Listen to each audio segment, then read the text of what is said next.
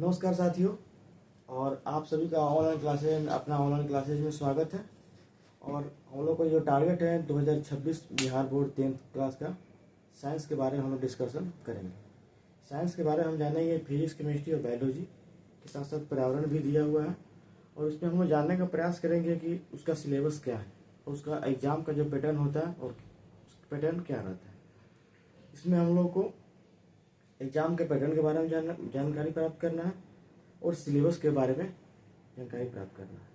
अगर आप 2026 के बोर्ड के एग्ज़ाम दे रहे हैं 10वीं के, तो ये आपके लिए वीडियो इम्पोर्टेंट है, जिसमें हम आपको 1 बाय 1 करके डिस्कशन कराते हैं।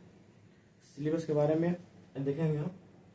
तो ये जो सिलेबस जो दिया हुआ है पूरे NCERT सिलेबस दिया हुआ है और NCERT सिलेबस ही हमारे बोर्ड के एग्ज़ाम में आएगी। ये सिलेबस जो दिया हुआ है ये 3 पार्टों में विभाजित है। पहला है फिजिक्स, केमिस्ट्री, बायोलॉजी, और इसमें 2 अध्याय जो जोड़ दिया गया है वो पर्यावरण का भी जोड़ दिया गया है। इस तरह से इसका पार्ट जो हो गया ये 4 पार्टों में विभाजित हो गया, 4 खंडों में ये विभाजित हो गया। सबसे पहला जो टॉपिक है रासायनिक अभिक्रिया और समीकरण, यह केमिस्ट्री का टॉपिक है। केमिस्ट्री का टॉपिक हम ध्यान दें तो यह इसमें 5 टॉपिक दिया हुआ है। 5 टॉपिक जिसमें दिया हुआ है, जिसमें यह रासायनिक अभिक्रिया और समीकरण के दिया हुआ है। दूसरा है अम्ल, क्षार और लवण, एसिड, बेस और साल्ट्स के बारे में दिया हुआ है। तीसरा जो टॉपिक हमारा दिया हुआ है धातु और अधातु के बारे में दिया है। और चौथा जो टॉपिक हमारा दिया है कार्बन और उसके यौगिक के बारे में दिया हुआ है। तत्वों का आवर्त वर्गीकरण, ये 5 टॉपिक जो आप देख पा रहे हैं, ये 5 टॉपिक क्या है, केमिस्ट्री का टॉपिक है। 5 टॉपिक दिया हुआ है। और छठे से जो स्टार्ट हो रहा है यह 9 तक, यह बायोलॉजी का भाग दिया हुआ है। जीव विज्ञान के बारे में, यह जीव विज्ञान के भाग दिया हुआ है, जिसमें जीव विज्ञान के बारे में हम पढ़ेंगे, जैव प्रकरण के बारे में पढ़ेंगे, नियंत्रण और समन्वय के बारे में पढ़ेंगे। और जो हमारा 8वां टॉपिक हो जाएगा जीव जनन कैसे करते हैं, मतलब प्रजनन के बारे में इसमें हमको पढ़ना है। और देखिए इसके बारे में पढ़ना आनुवांशिक और जैव विकास, आनुवांशिक और जैव विकास के बारे में पढ़ना है। मतलब ये टॉपिक हो गया, केमिस्ट्री का टॉपिक हो गया 1 से 5 तक जो दिया हुआ है। और यहाँ यह किसका हो गया, ये बायोलॉजी का भाग। यहाँ पर देखिए यह जो टॉपिक हो गया यह हो गया हमारा केमिस्ट्री का, यह हमारा केमिस्ट्री का भाग हो गया। और यह जो दिया हुआ है बायोलॉजी का भाग हो गया, यह हमारा बायोलॉजी का भाग हो गया। और देखिए तीसरा टॉपिक पे क्या आते हैं हम लोग, 10 नंबर जो टॉपिक दिया है प्रकाश, परावर्तन और अपवर्तन, प्रकाश के परावर्तन और अपवर्तन के बारे में हम लोग को पढ़ना है। इसके बारे में मानव नेत्र और रंग बिरंगा संसार, जो ये सारा भाग क्या है, सारा जो भाग है यार 10 नंबर से 14 नंबर तक ये हमारा भाग है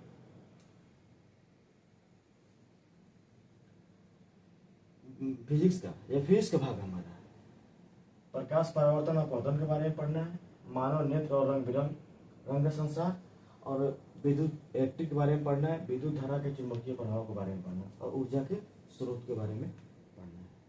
अब देखिए 15 नंबर और 16 नंबर जो टॉपिक है यह क्या हो गया हमारा, यह जो हमारा टॉपिक हो गया ये फिजिक्स के बारे में हो गया, फिजिक्स के बारे में हो गया। और देखिए 15 नंबर और 16 नंबर यह एक तरह से देखा जाए तो यह इको मतलब पर्यावरण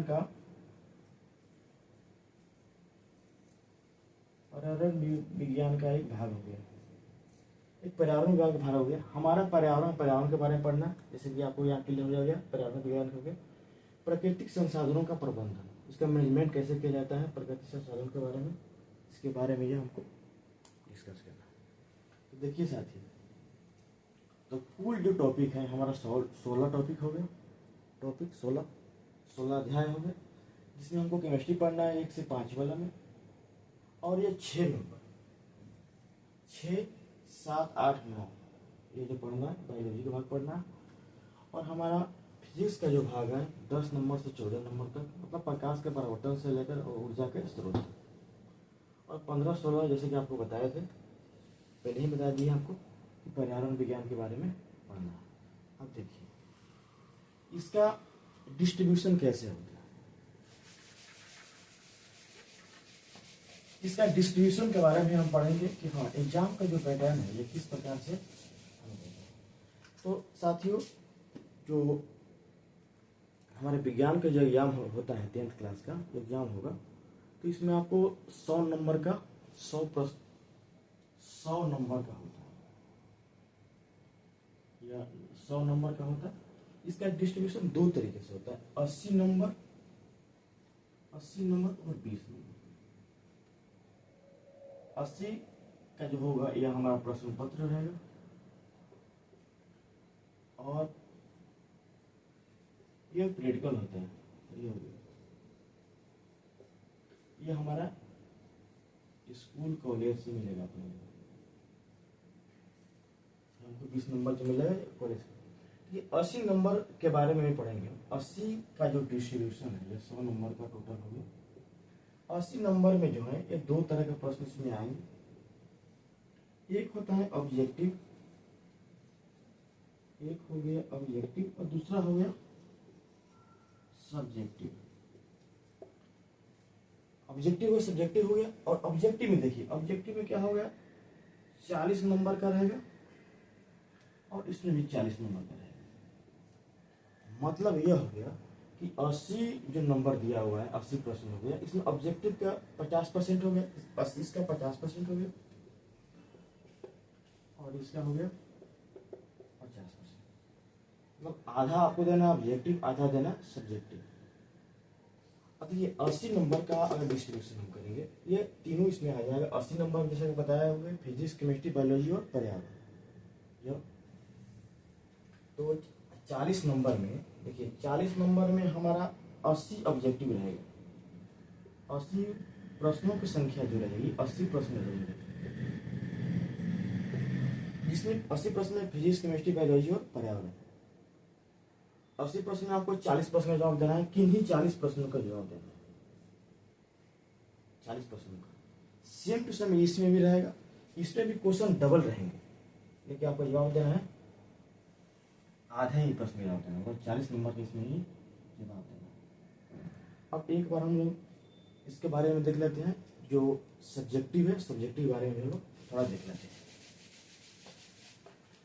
जैसे सब्जेक्टिव 40 नंबर का होगा। तो देखिए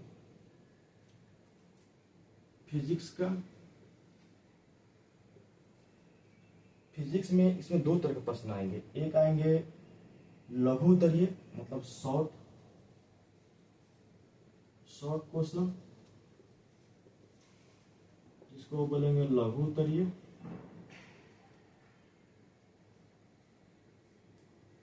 और एक आएगा आपको दीर्घ उत्तरीय।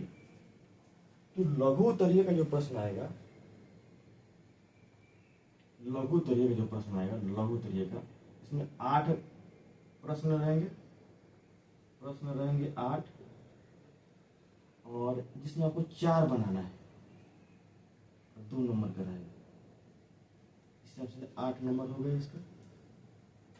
और 5 नंबर या 6 नंबर का दीर्घ उत्तरीय रहेगा। दीर्घ उत्तरीय जो रहेगा यह रहेगा 5 नंबर का या 6 नंबर का इसमें रहेगा।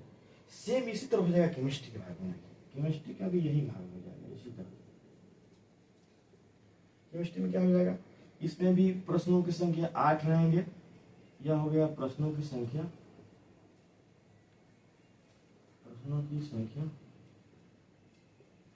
इसमें 4 ही का जवाब देना है, 4 ही का जवाब देना है। जो 2 नंबर का रहेगा ये 8 नंबर का होगा। और हमारा जो दीर्घ उत्तरीय रहेगा, तो दीर्घ उत्तरीय में 2 प्रश्न रहेंगे। इसमें भी 2 प्रश्न रहेंगे, दीर्घ उत्तरीय में 2 प्रश्न रहेंगे, एक का जवाब देना है। और इसमें भी रहेगा, इसका एक ही जवाब देना है। ये भी रहेगा आपको 5 नंबर या 6 नंबर का हो सकता है। बायोलॉजी का भी देखिए, बायो का भी देख लीजिए। बायो का भी यही हाल हो गया कि 8 प्रश्न रहेंगे, 4 का जवाब देना है और 2 नंबर का रहेगा, और इसमें जो रहेगा वो 6 नंबर का रहेगा। इस हिसाब से देखा जाए तो इसका जो डिस्ट्रीब्यूशन किया गया है, जैसे मान के 13 नंबर, हर तरह से 14 नंबर, ये 40 नंबर हो गया।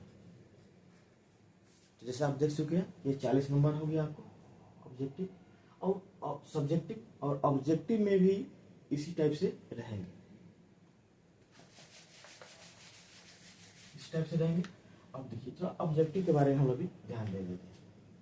ऑब्जेक्टिव के बारे में भी देखें हम, ऑब्जेक्टिव में भी 40 प्रश्न रहेंगे, 80 प्रश्न रहेंगे, 40 का जवाब देना है और 40 का जवाब देना, और इसमें तीनों रहेगा, फिजिक्स, केमिस्ट्री और बायोलॉजी रहेंगे। और इसका डिस्ट्रीब्यूशन भी लगभग सेम ही रहेगा कि 13 नंबर, 12 नंबर, और इसी के आधार पर रहेंगे कि 13 नंबर के मान चलिए और 14 नंबर। तो आपको आज सिलेबस के बारे में जानकारी हो गया कि और पैटर्न के बारे में जानकारी हो गया, और हमारा वीडियो आपको कैसा लग रहा है इसको आप कमेंट बॉक्स में बताएं, और आप अपनी प्रतिक्रिया जरूर दें। अगर नए हैं और तो चैनल को सब्सक्राइब करें। इस तरह से बहुत बहुत धन्यवाद।